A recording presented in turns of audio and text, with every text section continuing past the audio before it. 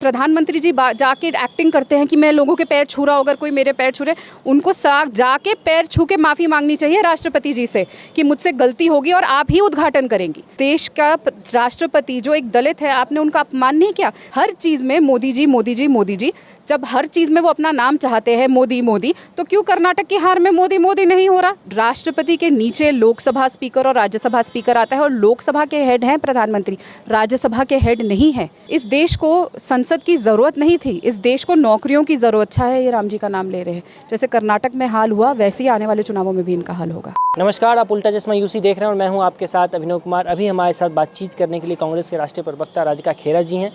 Ma'am, हम आपसे समझने की कोशिश करते हैं, नए संसद भवन का जब से मुद्दा आया है तब से आप लोग लगातार इसका विरोध कर रहे हैं, ऐसा आखिर क्यों? पहले हमारे दर्शकों को ये समझाइए। देखिए, जब संसद भवन का पहली बात तो नया संसद भवन की मुझे नहीं लगता इस देश को भी ज़रूरत थी। कितने साल हुए हैं अभी इस बिल्डिंग को? बाकी देशों को अगर आप देखेंगे, चाहे अमेरिका हो, चाहे यूके हो, चाहे फ्रांस हो, हज़ारों 500 साल पुराने उनके संसद भवन है, कोई दिक्कत नहीं आ रही। और ये तो 100 साल पुराना भी संसद भवन नहीं है, तो ऐसा क्या है? और बहुत मजबूत है, हमारे देश का ही पैसा लगा है उसमें, हमारे देश का ही पत्थर उसमें लगा है और हमारे देश के ही मजदूरों ने उसको बनाया है।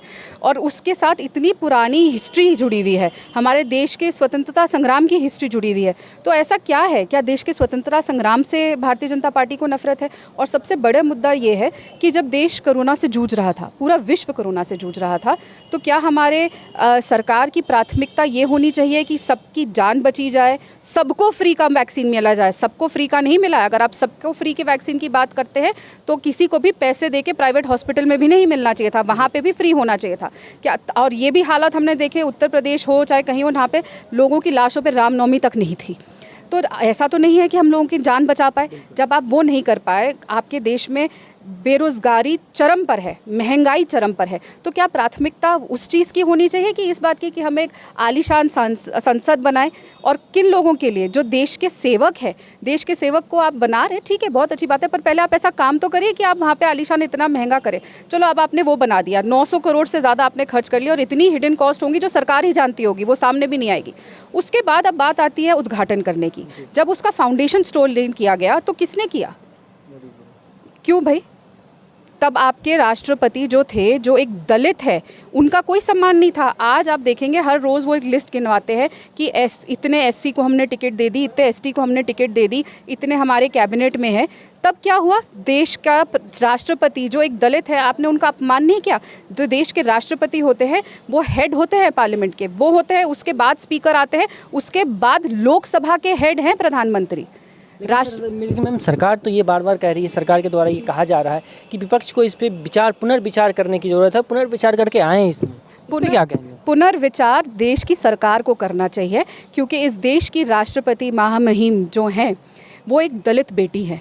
आप बात करते हैं महिलाओं के सम्मान की, आप बात करते हैं दलितों को सम्मान देने की, आप बात करते हैं ट्राइबल्स को सम्मान देने की। जो हमारी राष्ट्रपति हैं वो एक ट्राइबल महिला है, और अगर वो देश की राष्ट्रपति हैं, आप उनका सम्मान नहीं कर रहे। किस हक से लोकसभा स्पीकर ने प्रधानमंत्री जी को न्योता दिया कि वो आके उद्घाटन करें?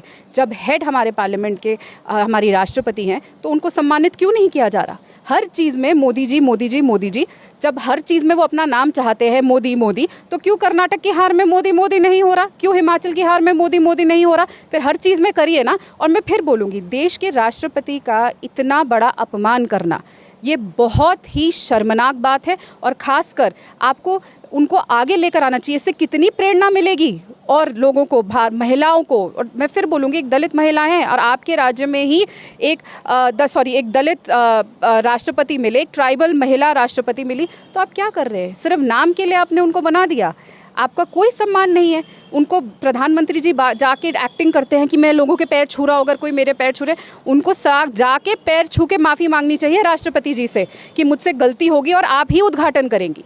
उनको खुद पुनर्विचार करना चाहिए, वरना ये एक देश के लोकतंत्र में एक बहुत काला अध्याय छपेगा। एक सवाल ये भी है, मायावती जी लखनऊ से हैं, उत्तर प्रदेश से, वो बार बार इस बात को कह रहे हैं, जब पूरा विपक्ष एकजुट होकर इसका बहिष्कार कर रहा है, वहीं वो कह रहे हैं कि नहीं, ऐसा नहीं करना चाहिए। इस पर क्या कहेंगे? विपक्ष एकजुटता पर भी ये सवाल खड़ा हो रहा है। मेरा ये मानना है कि मायावती जी को तो खुद आके ये बात बोलनी चाहिए कि उनको बर्दाश्त नहीं करना चाहिए कि पहले हमारे पूर्व राष्ट्रपति जो स्वयं एक दलित हैं उनका अपमान, कि फाउंडेशन स्टोन उन्होंने ले नहीं किया, और अब जब एक ट्राइबल और वो भी महिला, खुद भी वो महिला है, इतना अपमान हो रहा है।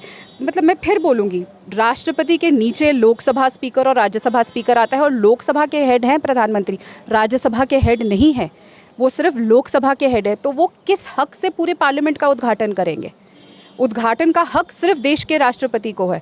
और मैं फिर बोलूँगी, इस देश को संसद की ज़रूरत नहीं थी, इस देश को नौकरियों की ज़रूरत है, इस देश को रोज़गार, देश को सस्ते, महंगाई कम हो, सस्ते में आपको रोटी चावल कपड़ा मकान मिले। वादे किए गए थे ना कि डॉलर और रुपया बराबर हो जाएंगे, पेट्रोल डीजल सस्ता हो जाएगा, बहुत हुआ महंगाई का वार। अब की बार मोदी सरकार, वार तो आप सब पे कर रहे हो, दलितों पे भी कर रहे हो और ट्राइबल पे भी कर रहे हो, और सबसे ज़्यादा तो बार बार देश के फर्स्ट सिटीजन्स पे कर रहे हो। बहुत ही शर्मनाक है। आखिरी में एक सवाल ले लेते हैं। आज हेमंत बिस्व शर्मा का बयान आया है, वो कह रहे हैं जब आप लोग संसद का अपमान बहिष्कार कर रहे हैं तो राम मंदिर का जब उद्घाटन होगा तो उसका भी आप लोग क्या बहिष्कार करेंगे? देखिए, पहली बात तो ये भारतीय जनता पार्टी की जो ओछी राजनीति है, राम जी के नाम पर राजनीति करना, उसका जवाब राम जी के सबसे बड़े भक्त हनुमान जी ने कर्नाटक में दे दिया। अपना बजरंगबली ने अपना गधा घुमाया और जिस तरीके से उन्होंने अपमान करने का काम किया, वहाँ से शुरुआत हो चुकी है। राम मंदिर भारतीय जनता पार्टी ने नहीं बनाया है, वो कोर्ट के ऑर्डर से बना है, और उसके द्वार खोलने का काम, राम मंदिर के द्वार खोलने का काम राजीव गांधी जी ने ही किया था, भारतीय जनता पार्टी ने नहीं किया था। इन्होंने सिर्फ दंगे करने का काम किया है हर बार, और बार बार पे ये कहना कि हमने राम मंदिर बना दिया, इतना ही था तो क्यों वेट किया था उन्होंने सुप्रीम कोर्ट के डिसीजन के लिए? पहले बना देते ना। अगर वो बना रहे, कोर्ट के फैसले के तहत वो बन रहा है, तो पहली बात तो उनको क्रेडिट लेना बंद करना चाहिए। किस तरीके से उन्होंने पैसा खाया है वहाँ पे, वो भी सारा स्कैम सामने आया था, इन्होंने दबा दिया। जो राम के नहीं, वो एक कहावत है ना, जो राम का नहीं वो किसी काम का नहीं, और यही भारतीय जनता पार्टी के जो ये लोग क्रेडिट लेने की कोशिश कर रहे हैं, हेमंत बिस्व शर्मा भी जो क्रेडिट लेने की कोशिश कर रहे हैं, सबसे ज़्यादा नफरत की राजनीति वो करते हैं, भाई को भाई से लड़ाने का काम वो करते हैं। पूरा नॉर्थ ईस्ट हम देख रहे हैं जल रहा है, प्रधानमंत्री जी घूम रहे हैं, तो ये बार बार राम जी का नाम लेना। लेकिन मैं सच बात बताऊं तो मैं ये मानती हूँ कि बहुत अच्छा है ये राम जी का नाम ले रहे हैं। जैसे कर्नाटक में हाल हुआ, वैसे ही आने वाले चुनावों में भी इनका हाल होगा।